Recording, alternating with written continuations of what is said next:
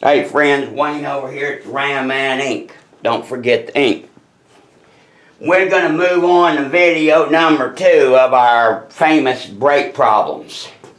We just talked about hydraulic integrity, that if you can't get in something and get a hard pedal, whether it's a tractor, a combine, an army tank I used to drive, a Viper, a 70 CUDA, if you can't get a rock hard pedal, by definition, you got a leak.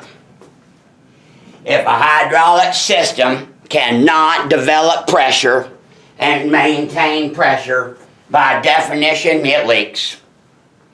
Period. The end. If you can't grasp that concept, I don't know what to tell you. I got to be careful. Moving on. It's almost never brake valves.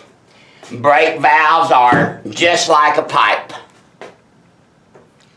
They are, doesn't matter really what kind they are, what you want to call them, proportion valves, pressure reducers, hairy wieners. I don't care what you want to call it. Brake valves on most of our 60s and 70 cars are always open. They are always open. They don't impede flow at all. They are normally open. Normally open. They's open. They's like a pipe. They don't build pressure.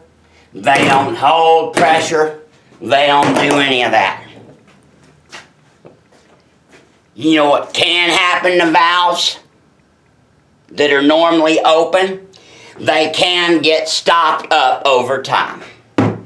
They can get stopped up over time.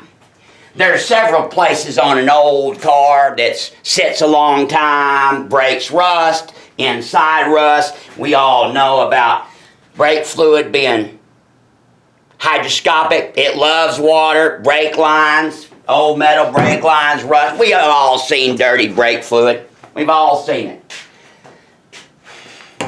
Valves can be internally. They can be a choke point. The other thing that's a choke point on the rear end is your dividers, like over the rear axle where you have the Y block. You got one line coming to the rear of the car. It separates into a T and goes to each of the left and right.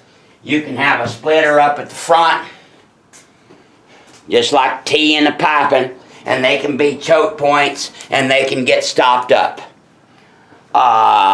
It's not very often, but it can happen. They've been sitting a long time. So, how do we make sure that we don't have a valve problem? Remember now, brake valves are normally open. Brake valves are just like a pipe until they're activated. They are free-flowing and open. You guys grasping this? I hope so. So, the only way to really bleed a car right is a two-person bleed. Somebody in the driver's seat doing commands and somebody at the bleeder doing the opening and closing. And preferably that axle being serviced is off the ground. What does a two-person old school bleed tell you that vacuum systems won't, pressure systems won't, gravity bleeding won't tell you? Here you go, my friend. When somebody's pumping on the pedal and you're back there with the bleeder screw, you can get a wealth of information. Is there any air in the lines? Yes or no, it's going to be obvious. Do you have fluid coming out of there? It's going to be a yes or no. You're not going to go, well, I don't know. I'm not really sure.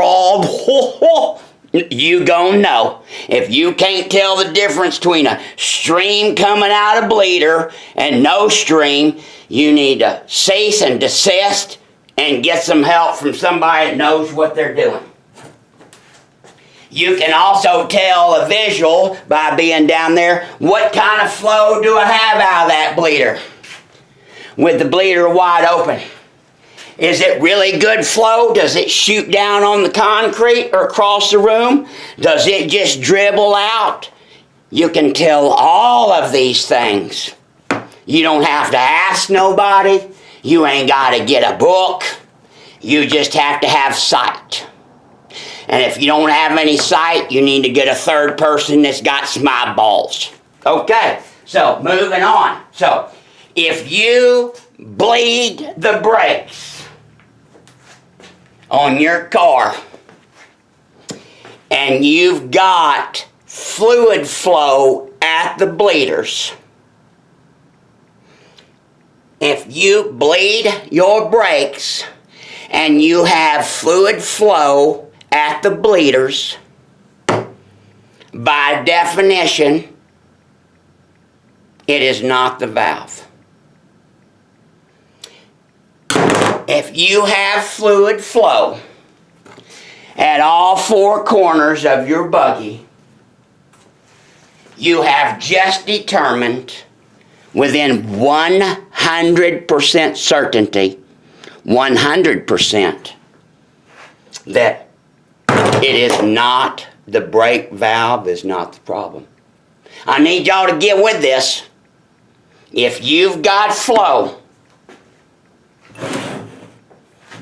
here, here, here, and here, it can't be the valve because it's open. Voila! I just saved grief for another 10,000 people in the next few years. There you go. Remember, check the master cylinder. That's the first thing you do when you got a brake problem. And it is easy as hell for even the dumbest of dummies. Moving on to video number 3.